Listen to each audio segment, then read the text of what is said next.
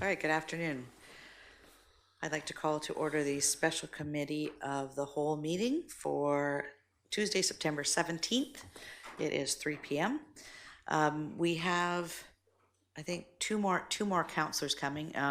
Councillor Toth will actually chair the meeting as soon as he gets here. He's running a little bit late, and Councillor Rowe will come in as soon as she's able as well. I think she's tied up at the hospital right now with some work. So we have an agenda in front of us. I'd like a motion to adopt the agenda as presented. Moved and seconded, all in favor, thank you. And no appointments and delegations, business items, our liquid waste management plan. So I'll look for a motion to receive the report. Moved and seconded, all in favor, thank you. And we'll turn it over to Director of Engineering.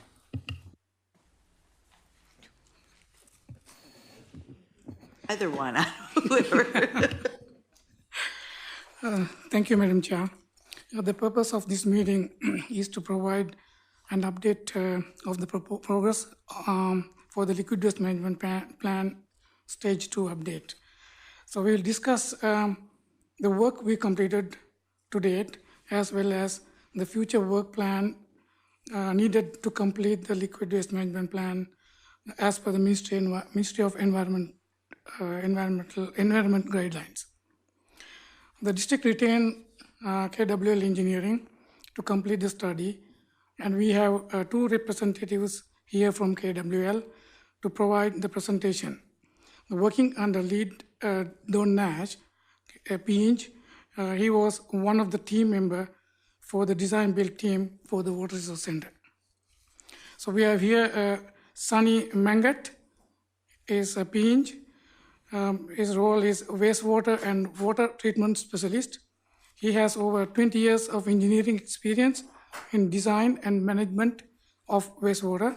He has been responsible for feasibility and assessment studies, preliminary and detailed design, pilot studies, construction engineering support, contract administration, and commissioning and startup. So we have another member here, Alison Matfin, EIT, Junior Environmental Engineer. Alison graduated from the University of British Columbia and Northern British Columbia in Environmental Engineering in 2016. Is correct, right? Okay. Alison has experience in both water resource and wastewater treatment projects, including wastewater resource recovery, anaerobic digestion, stormwater management and hydrology, flood and erosion protection, infrastructure, hydraulic modeling, habitat restoration, and creek hazard assessments. So they are here to give a presentation of the today update of the liquid waste management plan. Thank you. And did you have a presentation for us, or? Yes, we do. Perfect. Thank you. Thanks for the introduction, Sanath.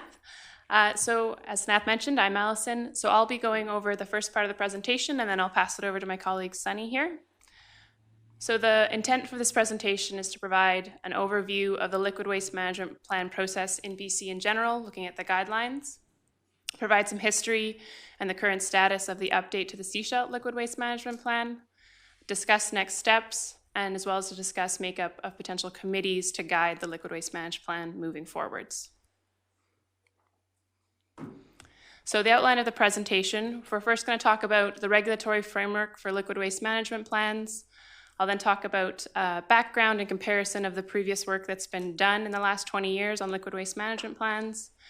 We'll go briefly over the main criteria for these plans and any outstanding gaps. I'll then talk about, just to summarize the background that and the key points coming out of it, provide an update on ministry input that we've received to date, and I'll then pass it over to Sunny, who will talk about next steps moving forwards. We've left 20 minutes for questions following that, but feel free to stop us throughout if you have any questions as we move through. And then the last half an hour we've left for discussion around a steering committee for the liquid waste management plan and who that might be composed of. So first, diving into the plan framework, we thought this would be a good way to start to frame the discussion in terms of what are these plans typically comprised of, why would you want to complete them? So the purpose of these is to outline a forward-looking, community-specific solution for wastewater management. So considering what infrastructure is in place now and looking at development, what infrastructure and plans do you need moving forwards.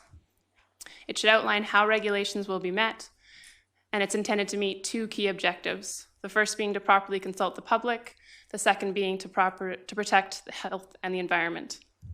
And these plans are voluntary unless ordered by the minister. And so Sechelt, when this process began, undertook it voluntarily. And these are under the municipal wastewater regulation provincially. So guidelines for liquid waste management plans were produced in 2011, which you'll hear about later, predates a lot of the work that was done previously. And this link I've just shown here just links to the guidelines if anyone wants to go look them up later. So that's the intent of these liquid waste management plans. They're fairly broad in scope. As I mentioned, they cover liquid waste collection, treatment, disposal, and residuals management. So collection, that can be a sewer system, that can be trucking of septage. Treatment looks at packaged plants, centralized systems, septic tanks, disposal, whether to ground in septic fields or to the ocean via an outfall. And then residuals is kind of what's left after wastewater treatment, the solids that remain typically. This could be fats, oils, and grease also from commercial type work. In addition to that kind of general framework of liquid waste management, there are a lot of little items that these plans are intended to touch on. So plan area, what's the scope of what you're really looking at?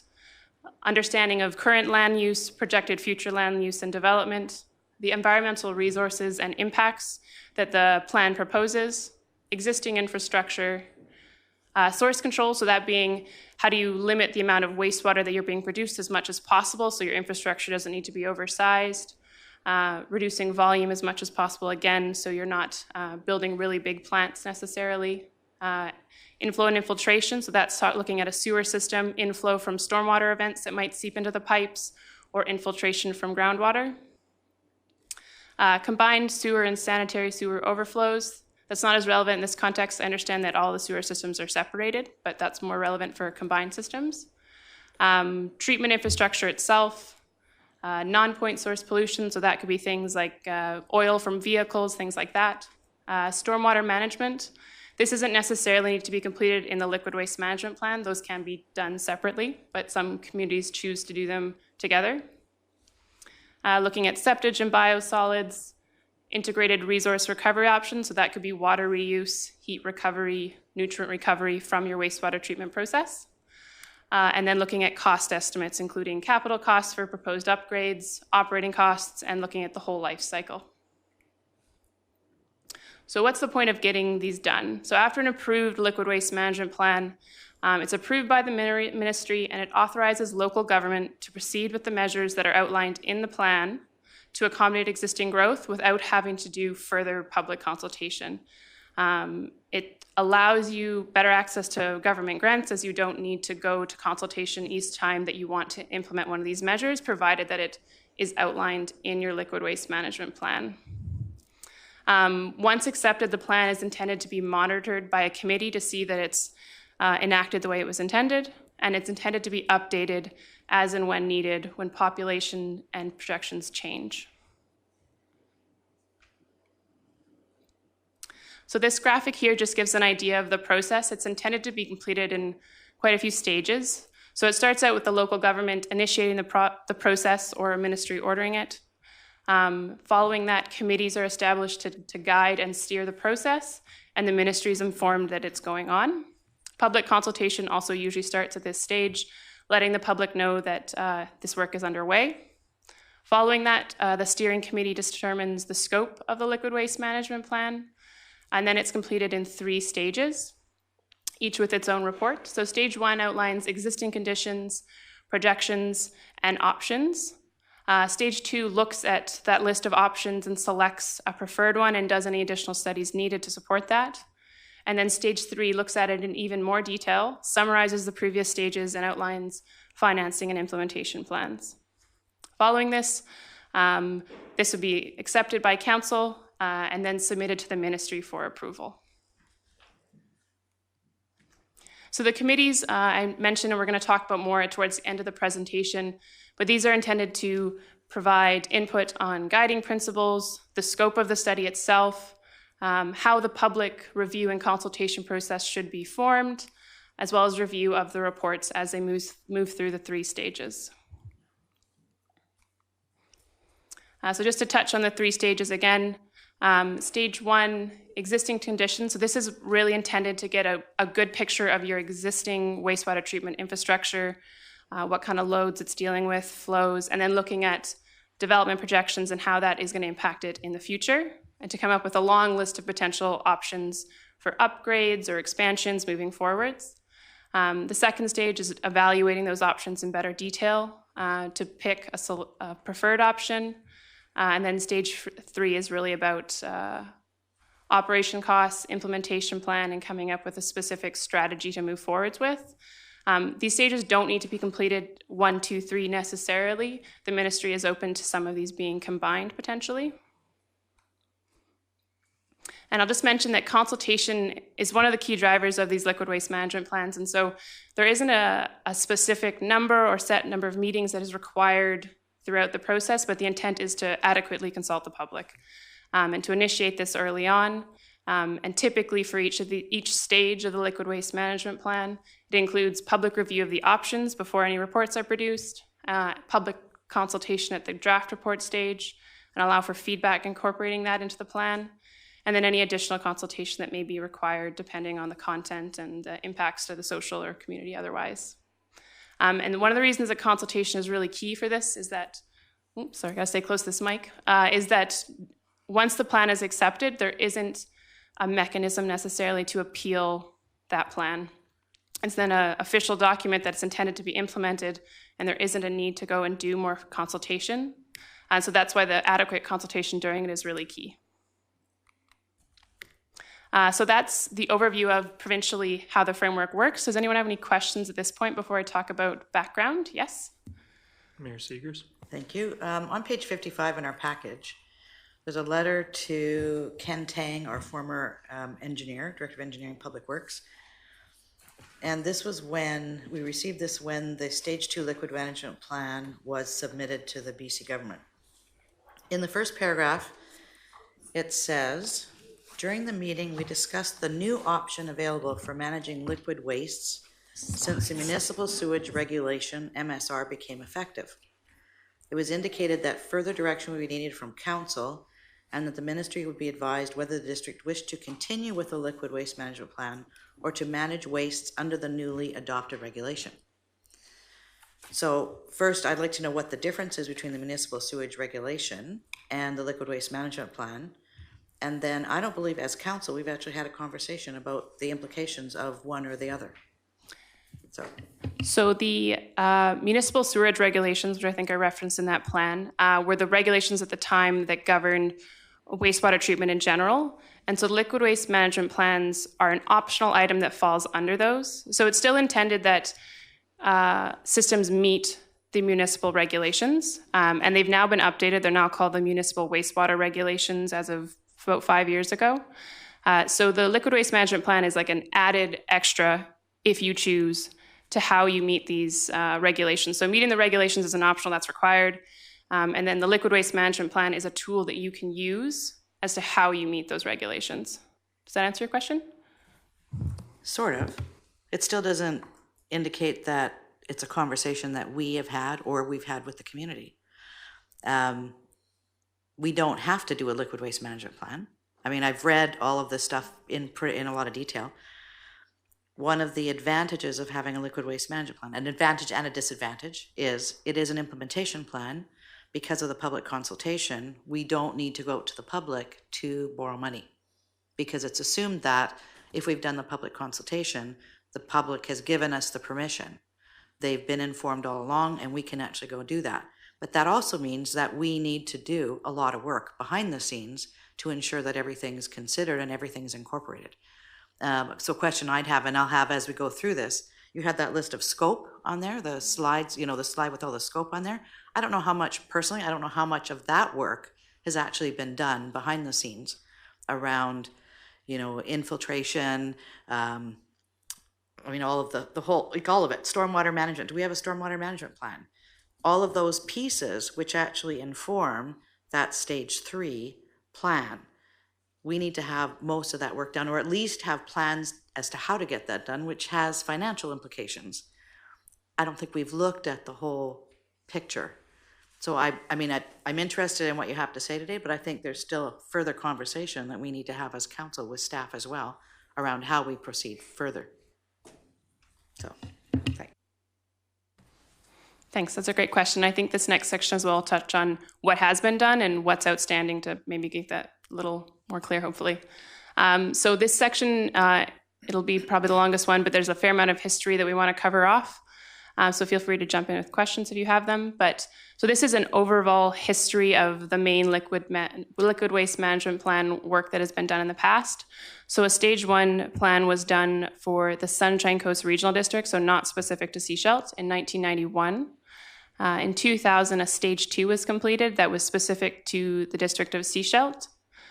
And this was also sort of a combined stage 1, stage 2 for Sechelt, as the previous document wasn't as specific. In 2005, a wastewater strategy was completed, and I'll touch a bit about more how these are different in the coming slides. In 2015, the Water Resource Center, now the main wastewater treatment plant, was commissioned. And here we are right now in 2019, and the intent of retaining us was to do an update to the stage 2 liquid waste management plan. So this table, you obviously can't read this on the slide. I'm going to go through in the next few slides the main pieces of this, but everyone should have a copy of it already. So if you want to review any of the details, I'm not going to go through every piece of it because there's a lot. So the first thing I'll touch on is the plan area and how this has changed between the stages that have been completed in the past. So as I mentioned, stage 1 was done for the Sunshine Coast Regional District. Stage 2 was completed for the Sechelt Sewerage Facilities Commission, which was made up of the District of Sechelt and the Sechelt Indian Government District. And that included the district itself, as well as several banned lands, and the Porpoise Bay Provincial Park. The wastewater strategy, which was completed in 2005, was completed for the district itself. The plan area isn't explicitly stated in that study, but it's understood to be the same as stage 2. And in their current state right now, we haven't yet confirmed what is the geographic plan area that we are looking at. And so this, just to give a sense, this is what the stage 2 in 2000, this is the plan area that was considered. So you can see the district itself as well as the banned lands that were included at the time. And then this is a document here. This is from the official community plan, and it's been marked up, but this is showing sewer plan areas, which aren't exactly aligned with this study area, but this is looking at just sewer systems, not necessarily wastewater as a whole. As well as I mentioned already, the regulatory context. So one of the main goals of this is to outline how you're going to meet the regulations and specific plans around that. For stage 1, the regulations at the time were much more limited. It was only the Waste Management Act. When stage 2 was completed, the municipal sewerage regulations were in draft at that time. And then when the wastewater strategy was completed, those regulations were in force. And the organic matter recycling regulations, which are what governs management of the solid waste portion of what's left after wastewater treatment, those were in force as well. But since that time, so it's in 15 years or so, almost all of those regulations have changed. So the municipal wastewater regulation replaced the sewage regulation. A sewerage system regulation came into effect, and that relates to smaller systems. And as well as the federal government enacted the wastewater systems effluent regulations in 2012. So that's just to give the picture that regulations have changed over time since this was initially started. So how did consultation change between these phases and what sort of took place? And I'm just going to say, I'm not going to touch on stage 1 in the coming slides. There's a lot of content to get through, and it was really done for a different area and not as relevant, so I won't go into that in detail. It is in the table still. But for stage 2, there was a joint technical and public advisory committee, and they met 12 times over the course of that project. A public consultation included 3 public information sessions with informational handouts and questionnaires. And so that was done in 2000. The wastewater strategy in 2005 didn't include public consultation. And then currently right now, the update that we were intended to complete included 2 public consultation events and 2 design charrettes with stakeholders. So one of the key drivers of these plans is looking at population growth and how that impacts your infrastructure, specifically your wastewater infrastructure. And so those projections that were done in the past have changed over time, as you might expect, as well as these studies looked at different time horizons. So stage 2 looked at a 40-year lifetime from 2000. The wastewater strategy looked at 20 years. And the current one has yet to be set what the design horizon is intended to be. And this next figure here, I'm just going to show this is population projections from the different studies that have been done. The orange at the top is the stage 2 liquid waste management plan. They looked at a moderate growth scenario. The 2 purple dots are really key. Those are the actual census numbers from 2011 and 2016, and that includes the District of Sechelt and the Sechelt Indian Government District lands. And the main thing to highlight here is that the projections that have been done in the past expected higher rates of growth than what has actually been realized. So the stage 2 you can see is quite a bit above what actually was realized in 2011 and 2016. And then in yellow is the wastewater strategy, which didn't account for the Sechelt Indian Government District population. And you can see, so it's really overestimating the population. And then in green there is the most recent update and projections that we've received from the planning department here. So you can see that what was thought to be moving forwards, the population projections haven't been realized. The growth rates have actually been more in line with 1 to 1.5%. What was looked at was a line between 2 to 3.5%.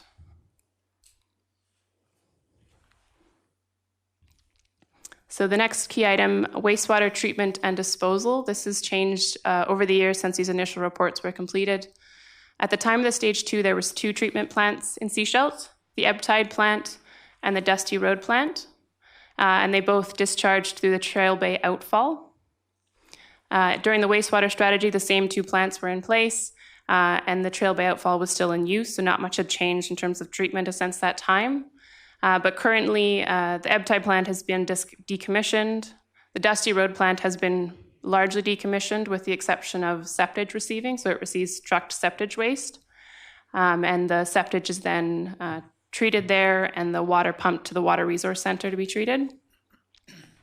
And then the Water Resource Center is built. So you can see from what was done previously in stage 2, the main treatment infrastructure has changed in that time.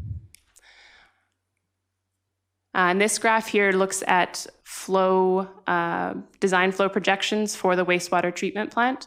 So this is based on some work that KWL is working on right now for a sewer plan for Selma Park, Davis Bay, and Wilson Creek.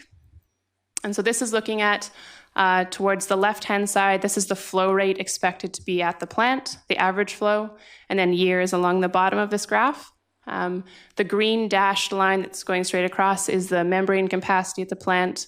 The orange dashed line is the plant capacity right now. And then the red dashed line, this is the discharge permit limit for the outfall. And so this line at the bottom here is what's projected based on sewer expansion potentially in these areas to be the flow. So you can see that this membrane capacity is expected to be reached in the not too distant future. And then if these other sewer expansions are implemented, wastewater treatment requirements would go up from there and some of these other thresholds would be hit. So that's just to give an idea of wastewater projections. And I'd mentioned too, on this one, the projections that were expected for stage 2 were quite a bit higher, and that's because the population was expected to be quite a bit higher. This map here just is a little outdated now, but it does show generally the locations of the plants that we're talking about. So this is the Dusty Road one here, which is largely decommissioned. This is where the old Ebtide was and where the Water Resource Center is now. This is the Trail Bay outfall here, and then there's some of the sewer networks shown in red here. So the collection system, so this is largely sewer systems. At stage 2, there was a less extensive sewer system. There was 47 kilometers and 6 pump stations. Now we understand that there's approximately 52 kilometers of gravity sewer and 8 kilometers of force main. So the sewer system has expanded in that time. And there are 9 pump stations. And I touched on this already, but the design flows that were expected at the time of the stage 2 were around 9,000 for 2036. And what's projected now is only around 6,000 for 2036. So you can see that based on the population projections, the flow expected has changed quite a bit. Sludge and septage management, so the ugly part after wastewater treatment. Sludge from both of the plants during stage 2 were treated at Dusty Road, and that's been retained throughout the years. So sludge, the septage that's still being received at Dusty Road is treated there and stored in a lagoon. Sludge from the Water Resource Center right now is dewatered and trucked to Salish soils for composting. And the last item I'll touch about in comparison of these 3 past report is the main recommendations coming out of them. So if you recall, the intent of these report is to outline a plan and options you need to consider moving forwards. So the stage 2 report recommended maintaining both ebb tide and Dusty Road. So this is in the year 2000, as well as moderate emphasis on extending the sewer system, while also still allowing for on-site treatment in some locations, and plan for effluent reuse and marine disposal of the surplus water. The wastewater strategy took a different tact, and it recommended upgrading the trunk sewer to allow for significant development, and it recommended building 1 new plant to replace both of the existing plants at the time. From that point, the recommendation out of the wastewater strategy was essentially implemented in the construction of the Water Resource Center, so 1 new plant that replaced the treatment capacity of the previous 2, with the exception that Dusty Road still operates as septage treatment. And so as part of this, I think the key thing here is that the options that were looked at in these previous stages no longer make sense, because the wastewater treatment infrastructure is very different now. The plants that were looked at in the past are no longer the plants that are in place. And since that time as well, just to touch on, there's some other sewer plans that have been completed in the last 15 years or are in progress right now. So that includes a sewer plan for West Seashelt and West Porpoise Bay. That was done in 2005. A study for East Porpoise Bay in 2015. And there's currently the study going on for Selma Park, Davis Bay, and Wilson Creek, looking at how the sewer system could be expanded to service additional properties. Now I'm just going to touch on criteria from the guidelines and outstanding gaps. So we looked at the long list of criteria from the guidelines and sort of broke this into 4 main categories of, is this, what was the work that was done in the past, is this still relevant and useful? So first, we looked at criteria that are partially addressed but still relevant, so we could still use this to update the plan. We then looked at criteria that are fully partially addressed but may no longer be relevant because population projections have changed or the infrastructure has changed. Following that, we looked at criteria that weren't completed, and that's likely due to the guidelines came into effect in 2011, and most of these reports predates that. So at the time, these may not have been requirements of liquid waste management plans, as well as there's just a few other gaps and outstanding items in terms of data or consultation events. So this is the other handout that everyone should have a copy of. And so you can see we've outlined for each stage of the report if it was met these criteria, and then we've added a column that asks, is this still relevant? And you can see that for the large part, mostly because the infrastructure has changed so substantially and the population, a large amount of this isn't relevant. And I'm not going to go through these in detail because there's a lot of them, but feel free to look at them in more detail yourself. But I think the key point to underline is just because of the changes to infrastructure and the population, that a lot of the work that was done in the past, there are parts of it that are usable, and there's some data that we've received that's still usable, but there's a lot of aspects of it that need to be updated or redone. So I know I've covered a lot of content, so I just want to touch on the main points of the background, and then I'll touch on the ministry input. So the key takeaways from this is that the stage 1 that was done in 1991, isn't relevant as it was done for a very different plan area. The stage 2 report in 2000 collected a lot of existing information, looked at a long list of options, and made recommendations. But because so much has changed since the time, what it recommended and what it looked at is not as relevant. The wastewater strategy in 2005 was essentially an update to that stage 2 report. And And the main recommendation coming out of that to build a new plant was implemented. So again, the options that they looked at in the plan don't necessarily align as much anymore. Since that time as well, several sewer master plans have been completed or they're in the process of being completed. And the current condition and projections differ substantially from the previous state of wastewater treatment at the time of these earlier stages. So the main item being the Water Resource Center was built, and those population projections have changed. The sewer's been expanding in that time. As well as the regulations have changed. So I mentioned that there was previously only one regulation that governed. That's changed, as well as several others have come into force. And public consultation that was completed 15 to 20 years ago is likely not applicable anymore given the time that has elapsed. And as a result of all of that, the past work, a lot of the options and costs would need to be redeveloped considering the system as it is now. So I'll lastly just touch on input that's been received from the ministry to date. So we met with them in June of this year to talk about the liquid waste management plan for Seashell as it is now and what their expectations were with the district moving forward. They don't, having their understanding of that there's a lot of information in these previous plans that's no longer relevant. One of the questions we wanted to ask was, would the district need to go back to stage one? And their answer was no. There could be a combined stage one type update that addressed both stage one and stage two in a more synthesized and potentially a little faster of a process. As well as they left the option that some of the work that's done in stage two could potentially be deferred to stage three and have stage three be a larger, more fulsome effort.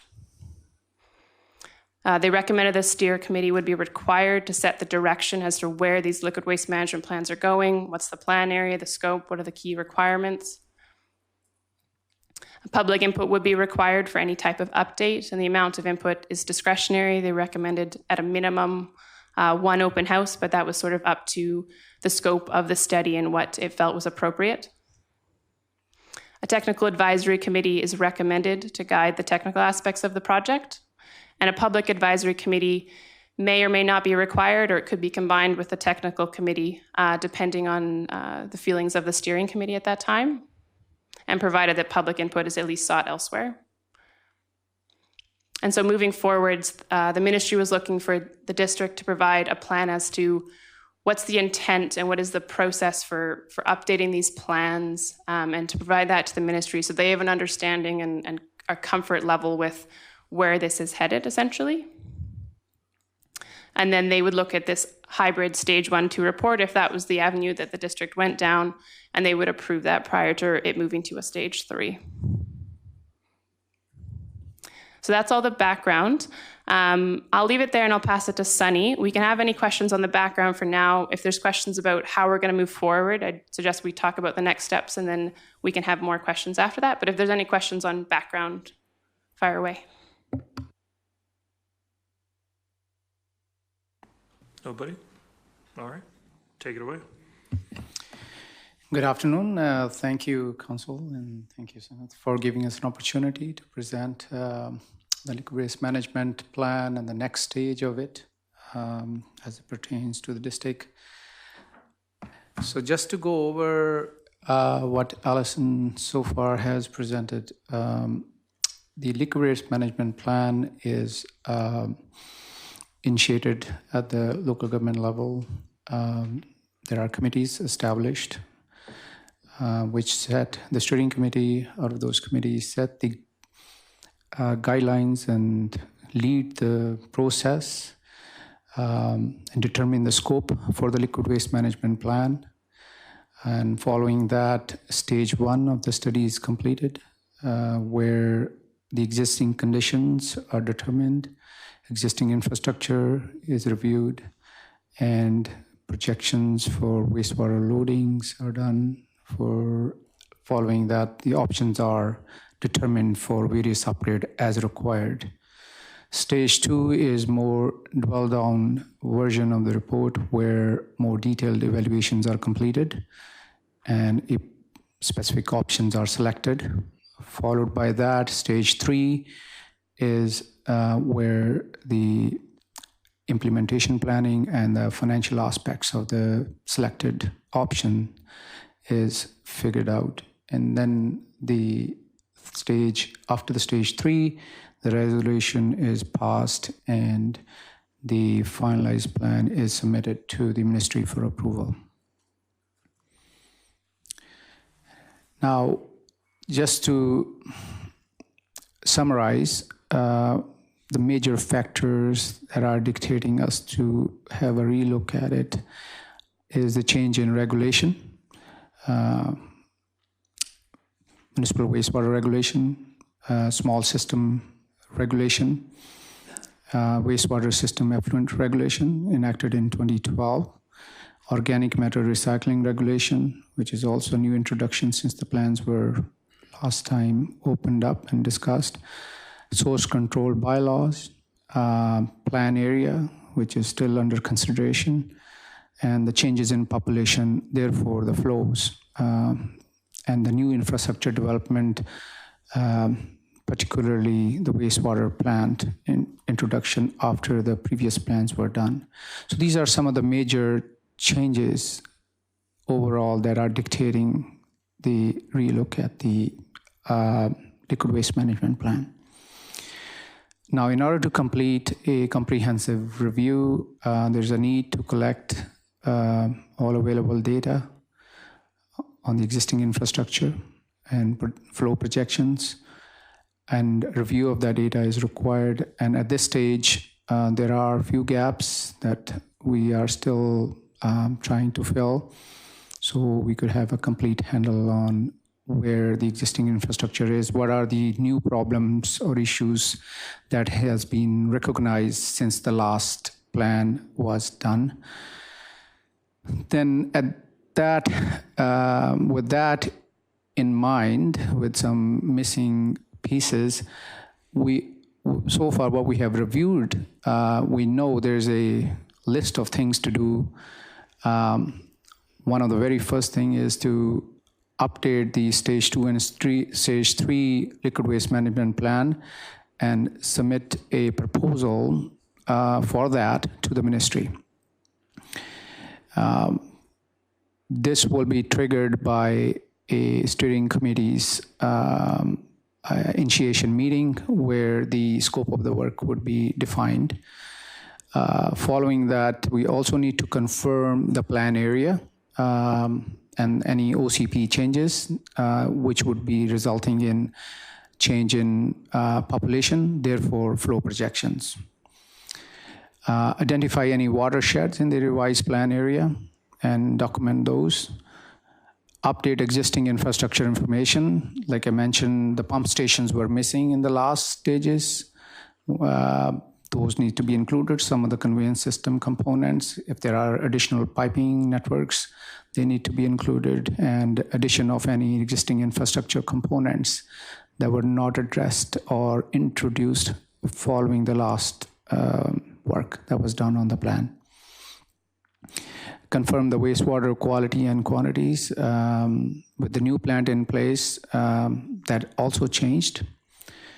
Identify any new wastewater treatment concerns. There are a few reports suggesting some improvements. So those type of things need to be addressed and a plan to be in place. Update conveyance system, as I mentioned earlier, and record any septage and solids management. Identify any requirements that are for the compliance with organic matter regulation. And there needs to be a review of integrated resource recovery analysis, which include effluent and reuse. But one of the key piece of that, nutrient recovery, heat recovery. There are several communities around that are looking into those things. Assess effluent disposal, such as the outfall situation with revised flow projections. What is the capacities of the outfall, the new regulation, how the compliance is, all those things needs to be looked at. Evaluation of option considering technical, environmental, social, and economic conditions. And last but not the least, throughout the process, the public consultation. Now, as Alison mentioned earlier, part of the presentation, there's no need to start over at stage 1. This is the direction that the ministry has given per the June 17th meeting. Stage 2 can be updated to reflect the current condition. Also, stage 3 planning process can also be used to fill those gaps and go straight to the stage 3 setup.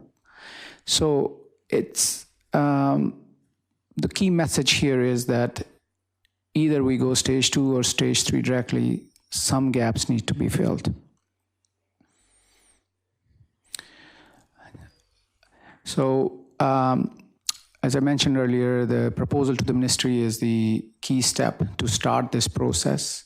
In order to do that, the very first step is the information on committees. So we need to sort out various committees. There are four key committees that are typically involved in this process. There's a technical committee, there's a public consultation committee, steering committee, and plan monitoring committee, which is at the end of the plan once the plan is being implemented. The steering committee provides the input, a guidance to the process, and it defines the nature and the extent of public consultation, what methods be used, be it online, be it through community papers or whatever other format. There are several ways that are outlined in the guiding documents. Then propose schedule and objectives for stage 2 and stage 3 plans, what we want to accomplish. That needs to be defined. And confirmation, if updated stage 2 and stage 3 plans include Dusty Road wastewater treatment plant, right now is being used for solids handling or processing. What is the plan for future? That's one of the aspects that we need to include in there. And also the water resource center, where it sits as we know today. And with all that sorted out, we need to submit a proposal to the ministry. So that's the sort of a step 1. So need for different committees. Like I mentioned, there are typically four committees involved. You don't necessarily have to have a public advisory and technical committee as a separate committees. It could be a joint committee. Now, the advantages for doing that, it's in some cases expedite the process. You don't have one committee waiting for the other committee to feed into the discussion for that other committee. And depending upon what the objectives are, in some cases, those committees are separated because if it's highly complex wastewater management plan, you don't want probably technical committee to be bogged down by the public advisory committee. So you keep them separate.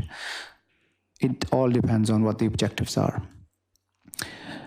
We talked about the steering committee. In both technical and steering committee, member lists need to be sorted out. And in the following slides, I will mention what is the typical composition of these committees, who are the groups that are involved.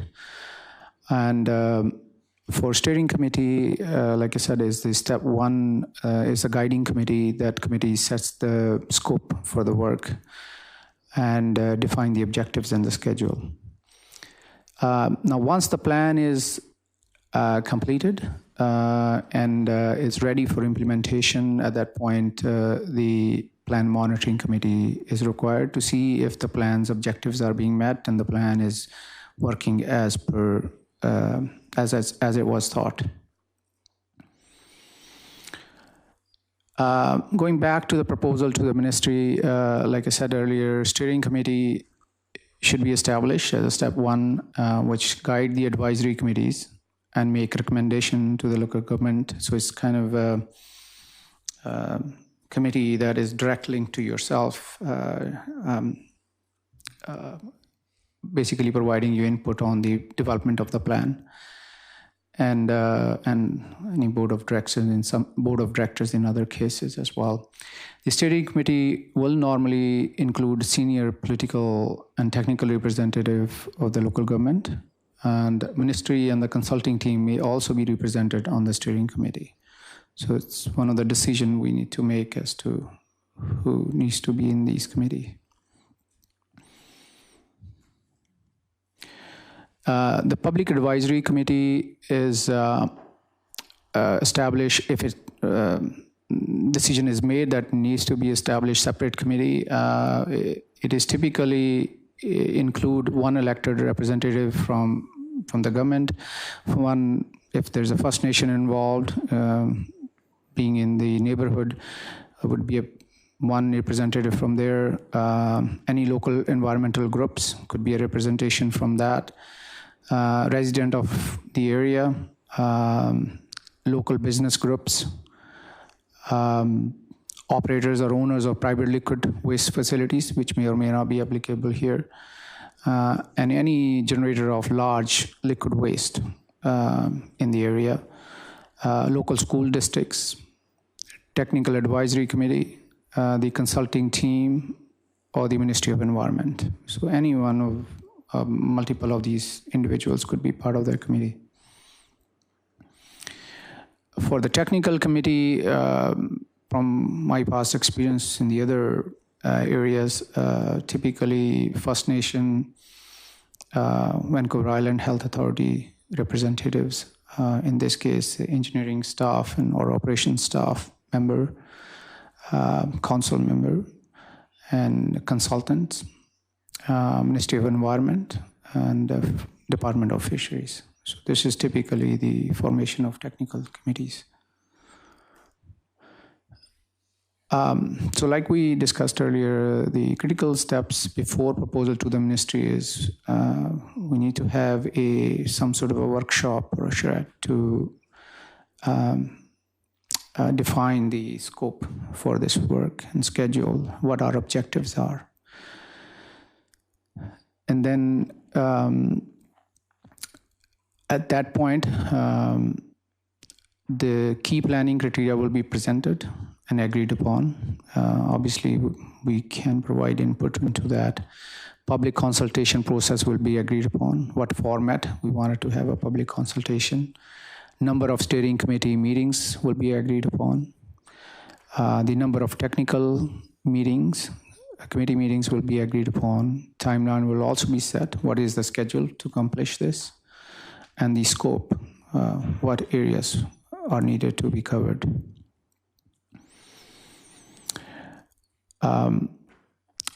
For now, the KWL scope of work is what the district intends to accomplish with the stage 2 plan. We need to address that with discussion with yourself.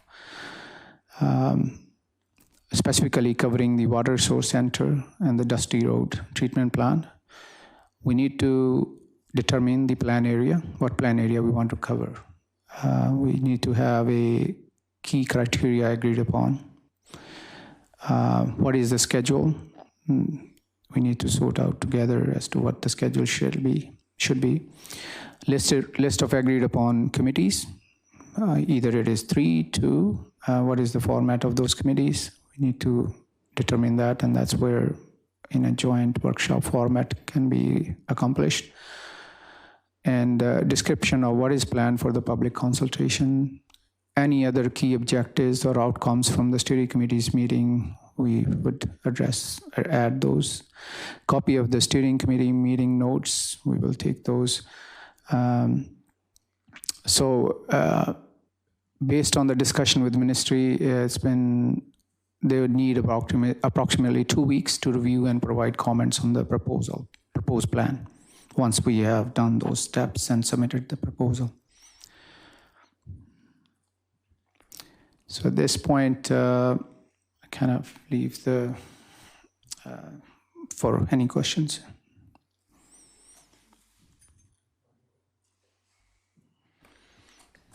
I have lots of questions. So if you go back to can you go back to that scope slide that you had up there way back when? I know that it's been last council passed that. You mean update. sorry, is it the big table or? Yes. Okay. It was during Allison's presentation.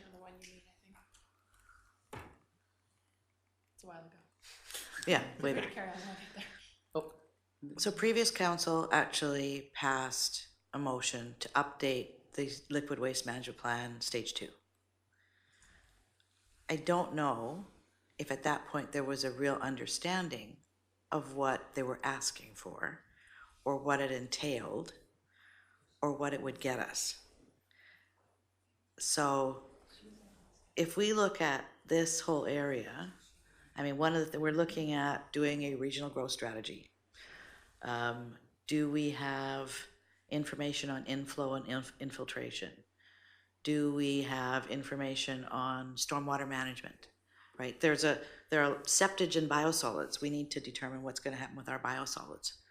So when I look at the information that's required to actually put a plan together that we can take out to the public, get them to buy in and give us approval to actually implement it, I don't see that 2 meetings of a steering committee and 2 meetings of a technical committee are going to be sufficient to actually give any kind of foundation to put a plan together that anybody would buy into.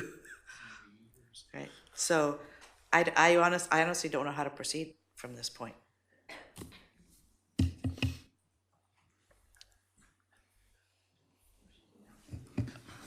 Maybe since you can add in, but I'll start with, I think that's where a very comprehensive review of your existing infrastructure status is required. There are lots of pieces that you're right, and they are not clear at this point.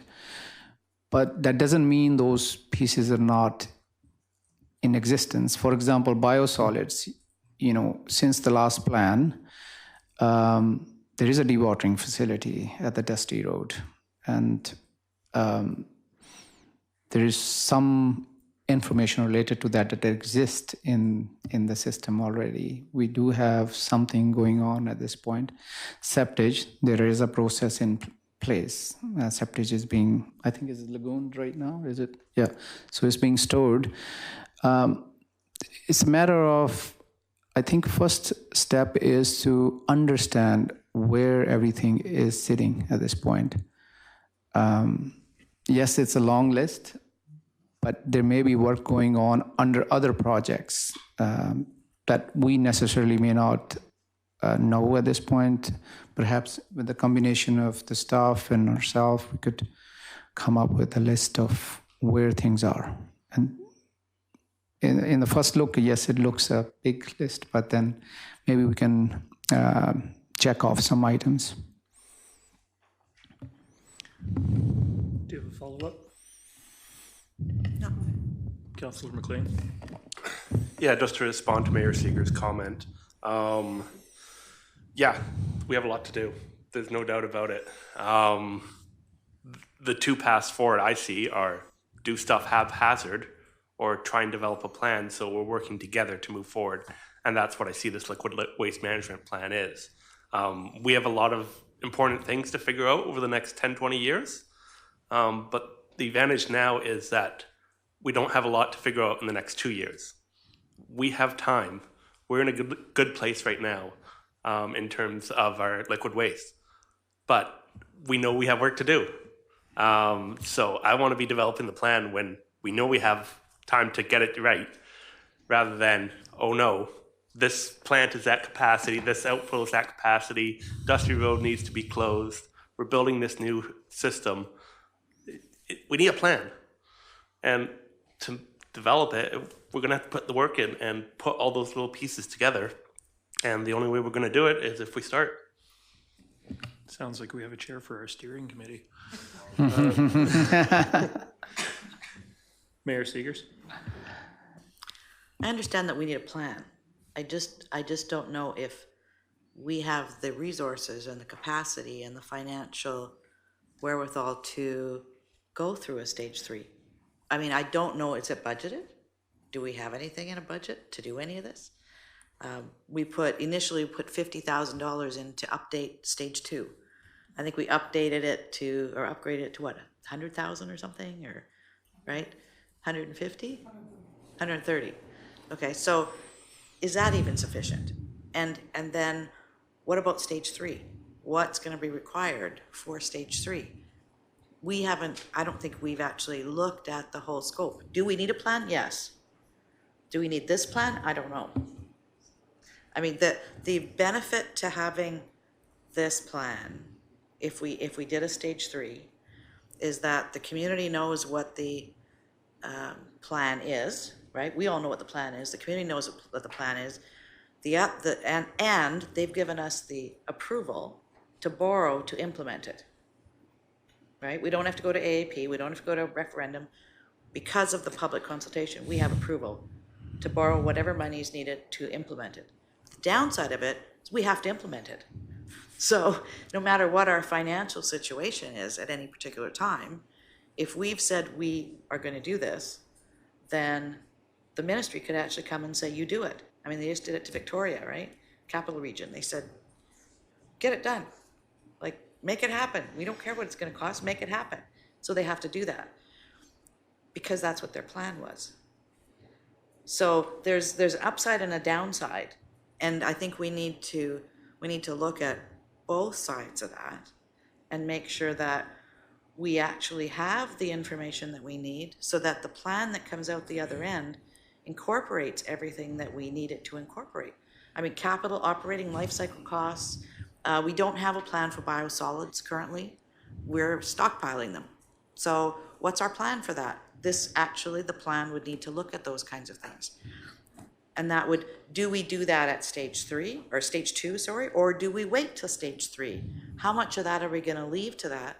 Because part of stage 2 is to actually present some of the options to the community so that they can get at least a ballpark of what the costs are going to be. So how do we play this out with 4 meetings? That's not going to happen. Councillor McLean? Quick comment and then a question for our consultants. No one said 4 meetings. I think we could set the number of meetings that we want to set. Please correct me if I'm wrong. Yes, I mean, it's whatever it takes. That's the whole idea of the steering committee meeting up front to define objectives, and which defines the scope, and how complex the objectives are dictate how much effort needed. Yeah, I was just going to echo the same thing that Sunny just mentioned, and I think that's along the lines of the uncertainties the mayor's suggested regarding scope. That's definitely good points.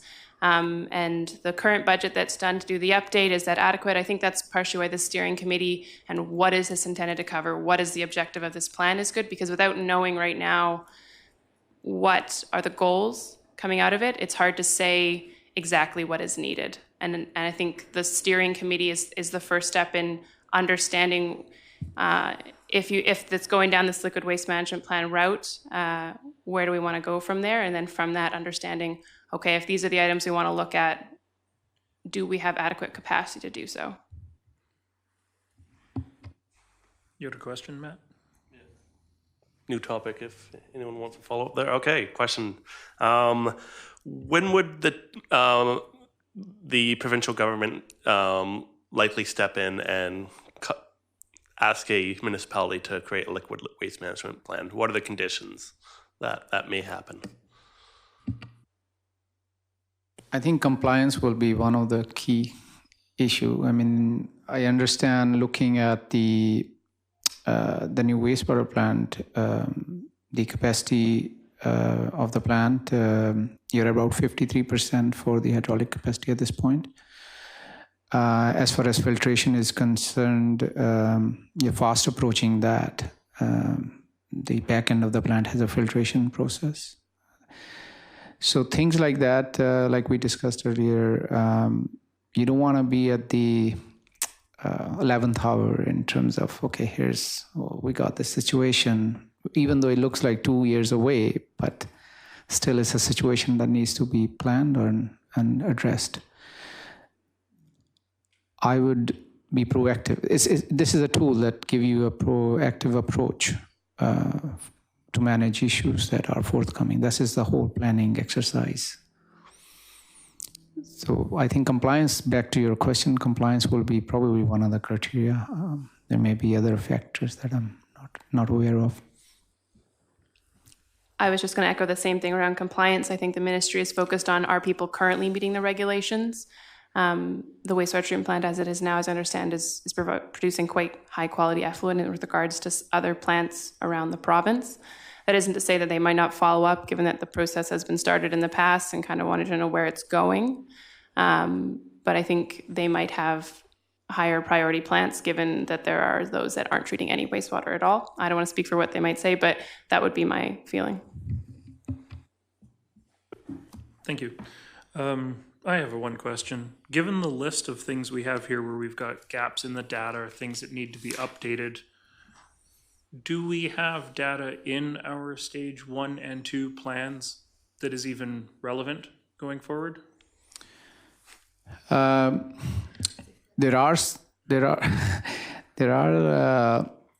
in the process of collecting data, and we have, I think, quite a bit of data, but there's still some pieces that we still don't have in our hands.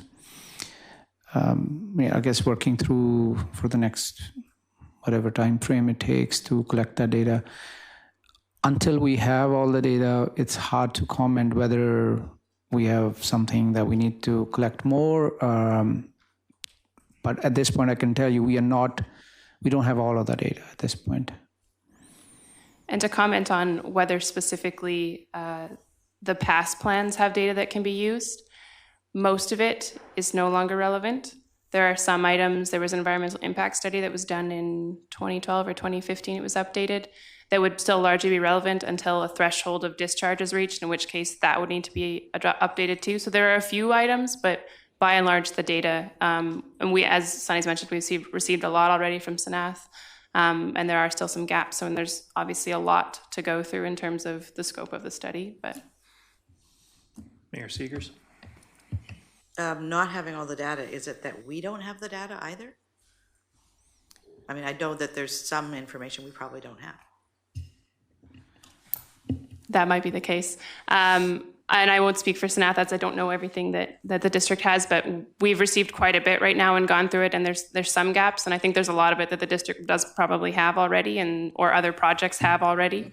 And it's just a matter of teasing all of the bits and pieces that you need, and once we've teased as much as we can out of what exists, then we'll have a better idea of what are the actual gaps that we need to go collect something to do this. Yeah, just to add, one of the example is the sewer plant study, that the graph that we presented for additional flow. That is fresh off the press, that's something, information like that has a big impact on the liquid waste management plan. So those type of things, maybe there are other studies going on that either at the tail end of their work or they have the work ready. For this study, it's almost ready. So this is one of the examples.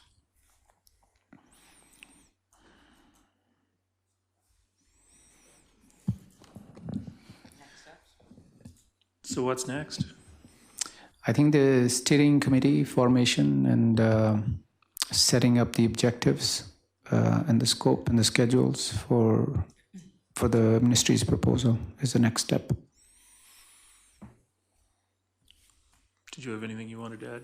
No? Looked like you wanted to speak, so.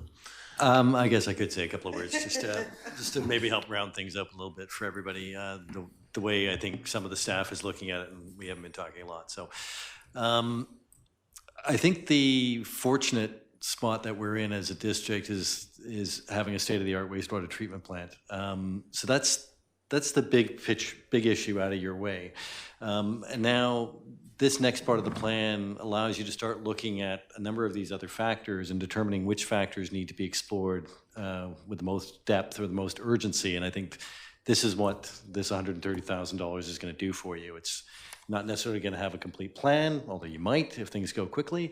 It'll give you a chance to really get a little bit more into what the problems are. We know infiltration is a huge issue. We don't have a plan scoped out for that. We need to talk about that. That's going to be a big part of it. Plan area, land use, some of these things will go very, very quickly because that data is here. The planning department can provide it for you. It's not going to be a big problem. So I think most of your money is going to go to the big unknowns and the things that are harder to grapple with and the things that we need outside help in putting that information together. So I think that's what this is going to get you to. And I think that's possible with the sort of money we're talking about, as long as the scope limits it somewhat. Like if you want an infiltration plan at the end of the day, that might be pushing it, but having a very good understanding about infiltration and where we're at on the numbers that we know are coming in now after a heavy rain, for instance, you'll get that somewhat of a picture, if that helps. So inside of moving to a stage 3 though, is that not some of the information that we would need to do studies on, etc., to inform that so that we'd have the complete picture? So what you're saying is if we do a stage 2 and identify where the holes are, then we can look at budgeting to put those other pieces in place to then move to a stage 3. Exactly. The stage 2 gap filling will inform the stage 3, or to your point at the very beginning of this meeting, do you even want a stage 3? If you feel you can meet all these regulations without doing anything other than what you already know, then yeah. I think working with the province is probably an easier route, but we'll see when we get to that point, I think. Okay, so we'd probably look at moving this forward, probably this year, part of next year, which would then inform the 2021 budget for any of the gaps that we'd need to identify. So we need to make sure we have money for those things.